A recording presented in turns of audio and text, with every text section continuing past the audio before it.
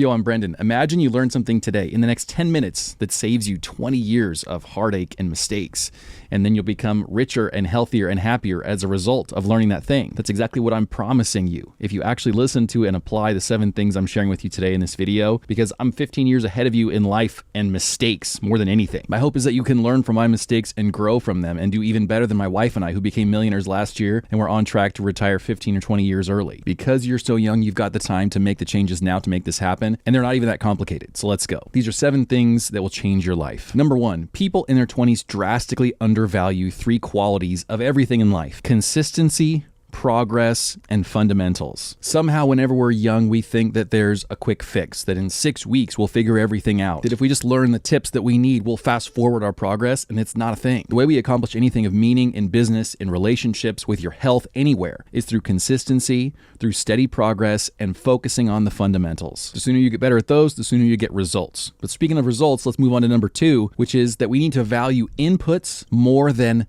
the outputs. So what I mean by that is your actions mean a lot more than accomplishing the actual end goal, because you actually have control over your actions and what you're doing with your life. And this is a concept that I've stolen straight out of the book Atomic Habits by James Clear. If you haven't read it, it's amazing. You've got to read it. But like for me personally, I would love to be wildly successful on this platform. To do that, I need to get a lot of views and a lot of people to see videos like this.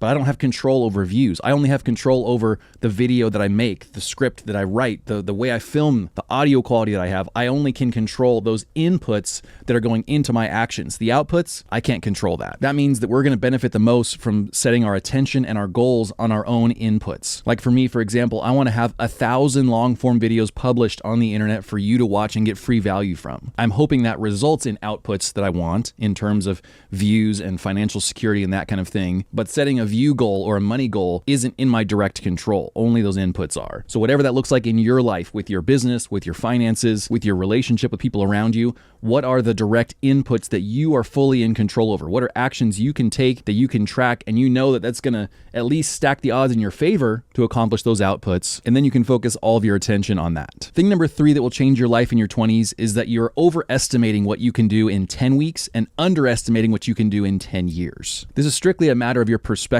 and your patience level. If you can decide that it's okay to suffer for longer than other people in your peer group, you're going to have more success than them. It's like whenever I ran my ultra marathon, I ran a 50K a couple of years ago. That's like 33 miles. And about halfway through, I felt awful. Predictably. We're all hurting. Everything hurts from head to toe. At that point, there's no magic solution to the question of how do I get through this and how do I finish this as quickly as possible. It's just a matter of suffering longer than the people around me, suffering a little bit more. What can I put up with that maybe they're just not willing to do? Maybe you have to learn a new skill to get that job that you really want. Maybe you have to learn how to work on yourself to have that relationship that you really want. Well, if you're willing to undergo more transformation, more change, and more pain than people around you, you're going to grow faster than them and have a better life sooner than they are. But the average person doesn't do that. We give up after a few weeks of trying something and say, it's not worth it. Investing's not for me, or exercise isn't for me, or whatever this new thing is that's very difficult isn't for me because it didn't work out in a month. All you have to do is extend that trial period out to be more like a year or 2.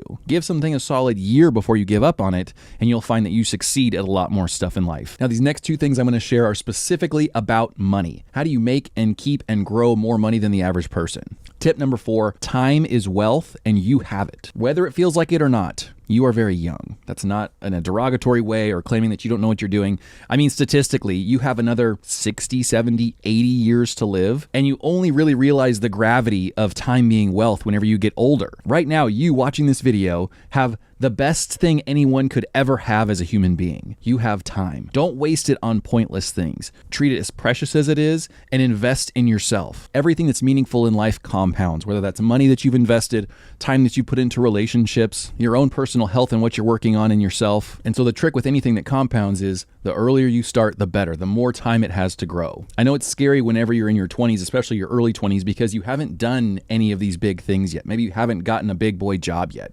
Maybe you haven't started investing your money yet. Maybe you haven't gotten into a serious relationship yet. And so to do all those things for the first time is just a lot, especially if they're all happening around the same time. But the earlier you break that seal and get started, the better. I'm not saying that necessarily with like romantic relationships because you don't want to jump into that, but I think you get the picture. Tip number 5 is very specific and logistical about what exactly to do with your money. And this is huge. This is going to save you hundreds of thousands or millions of dollars. Thing number 5 is invest right now or lose a fortune. Literally. since you're young, in your 20s, and you have time left in your life, you have the potential to grow your money tremendously, but it only really works if you do it right now. Here's a simple visualization of this. If you start investing $200 a month when you're just 20 years old, it's not a lot of money to invest, and you put it in something like a stock market index fund. And by the time you're 80, that little $200 a month that's throwaway money that you could spend on burritos and race cars and whatever else is fun in your life has grown to over $1 million. But if you wait just 5 years to get started, the total you have is only $678,000.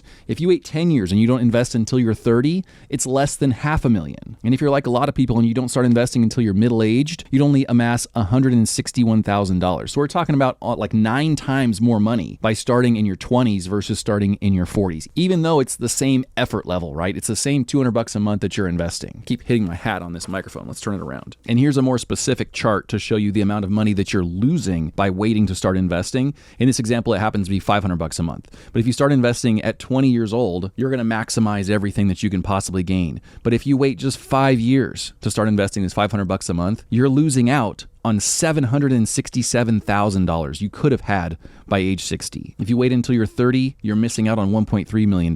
If you wait until you're 40, you're missing out on $1.8 million. What I'm trying to visualize here is the opportunity cost of you waiting.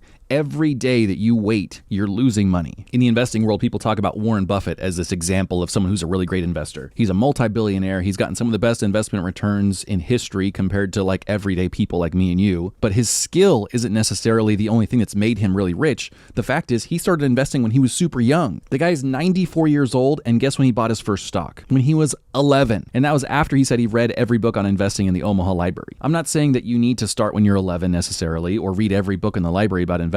The point is, he's been investing for 83 years. That is a tremendous amount of time to allow your money to grow. So start investing today. If you want to see a complete guide on exactly how to do that, I'll link a video at the end of this one so that you understand how and why to get started investing. It's easier than it might seem.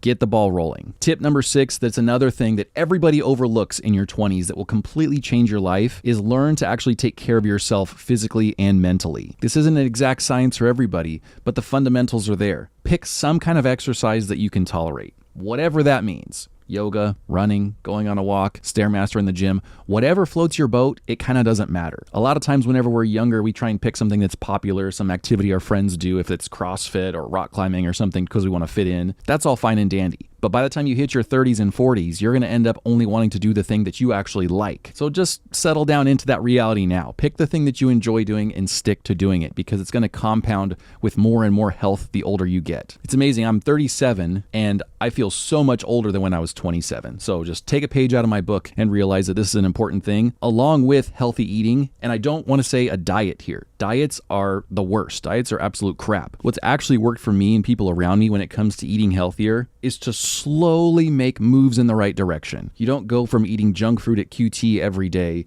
to suddenly being like some keto, vegan, whatever mastermind of nutrition. Those things are like actually opposites, keto and vegan. But what I did was like slowly cut out an excessive amount of, let's say, cookies, which I still do. That's a bad example. I would slowly cut out an excessive amount of something that was not good for me and replace that with something that's a little bit healthier. So maybe instead of soda, you go to diet soda. And maybe that takes you a year. And then you go from eating dessert every night to eating dessert only on the weekends or something like that. And slowly over time, over the years, you make more and more healthy eating decisions because it's actually sustainable. So do that difficult work now to figure things out. Even if it feels like you don't really need to, you don't really have that bad of problems, or you don't feel that bad, invest in it now because it'll pay dividends. Because the alternative to being healthy physically and mentally is a crushing inability to function. That hurts your lifestyle and your happiness, as well as your ability to earn money and invest and retire early and just have a fun life. So it's worth doing. And then tip number 7 that actually enables all the rest of these tips to really happen well and kind of enables you to be the person that you want to be is to be like an old person. Act like you're 82 years old. Act like you're Warren Buffett. Dude's 94. And what I mean by that very specifically is old people have stopped caring what other people think about them. They couldn't care less about what's a popular trend right now or what's fashionable or not. They're living their own life and they care about what matters to them and the people around them. They've stared death in the face because they know it's coming for them sooner rather than later, and they realize that life is too short to worry about living through another person's perspective. That also includes my perspective. So even though in a lot of my videos I talk about saving and investing money and being able to be financially free, if you don't want to save and invest and be financially free, don't spend all your money. Be in debt. Be like the average American, and that's that's totally fine because that's your prerogative. But if you do want to learn to invest and get that compound interest rolling as early as possible, then watch this video next so you can get that happening. Thank you for watching. Thank you, members, for your support, and I'll see you guys later. Bye.